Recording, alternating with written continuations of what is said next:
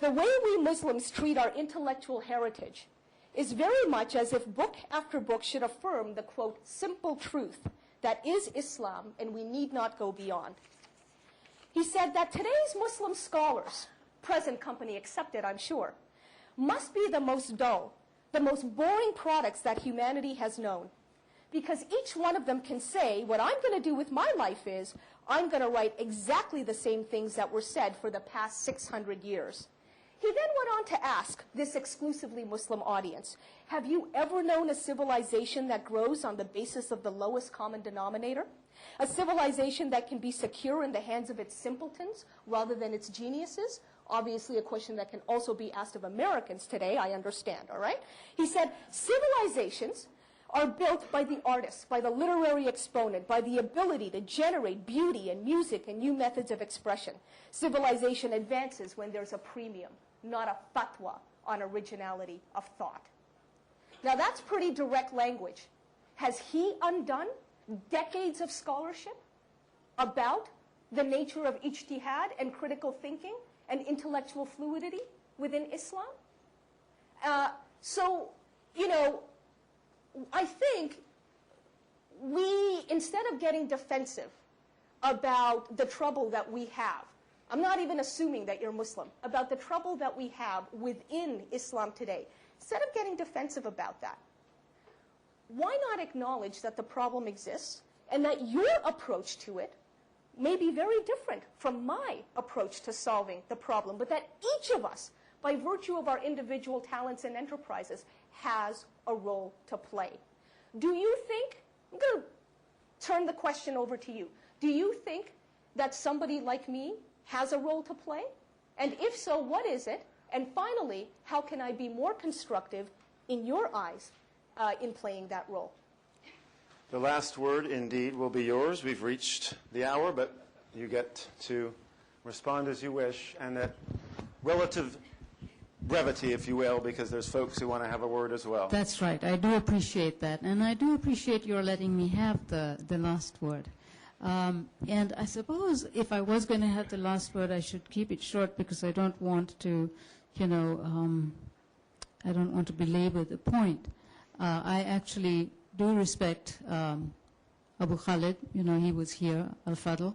And I don't think I said that there are no issues that Muslims should address. I don't think I said that there are, you know, that Muslims are perfect, and I don't think that actually any societies are perfect. I also want to correct you and say that I didn't say that you have to know Arabic to understand Islam. I've spent most of my time translating poetry in Gujarati of South Asian Muslims. And this is one of the things I tell my students, which is that there is a vast, vast literature that's produced by Muslims because of their love for poetic word that exists in, you know, African languages and South Asian languages, Malaysian, you know, Indonesian.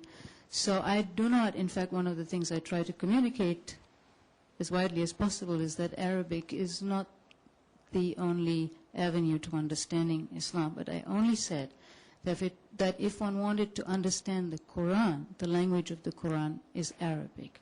And also, most Muslims around the world do recite prayers in Arabic. So most Muslims at least learn the Fatiha. So I want that to be clear.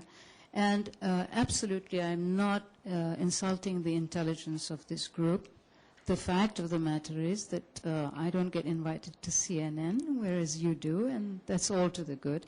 But that is an extraordinary platform and an extraordinary responsibility. And that's all I was trying to communicate. How can I meet my responsibility better? I'm literally giving you the last word to instruct me and enlighten me. How can I meet my responsibilities better in your eyes? I suppose what I would say is, you know, a really sustained, deep learning about the history of Muslims in the world. Very, very deep learning. You know, really a historical understanding situated in the different cultures of their languages, their interpretations, their relations with other societies, their different political institutions, their different legal traditions. I think if you were to do that, it would be wonderful.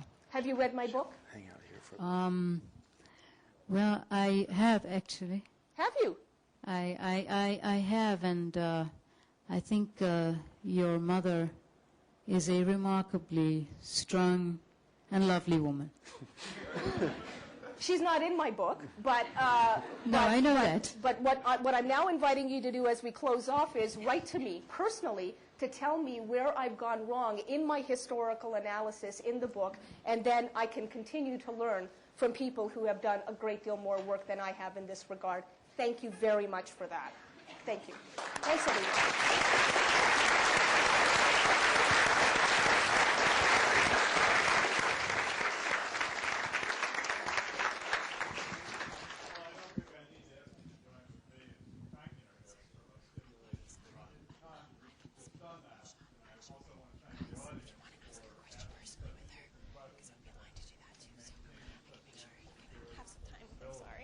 Irshad will remain on stage for a bit to carry on some conversations with those of you who want to come down.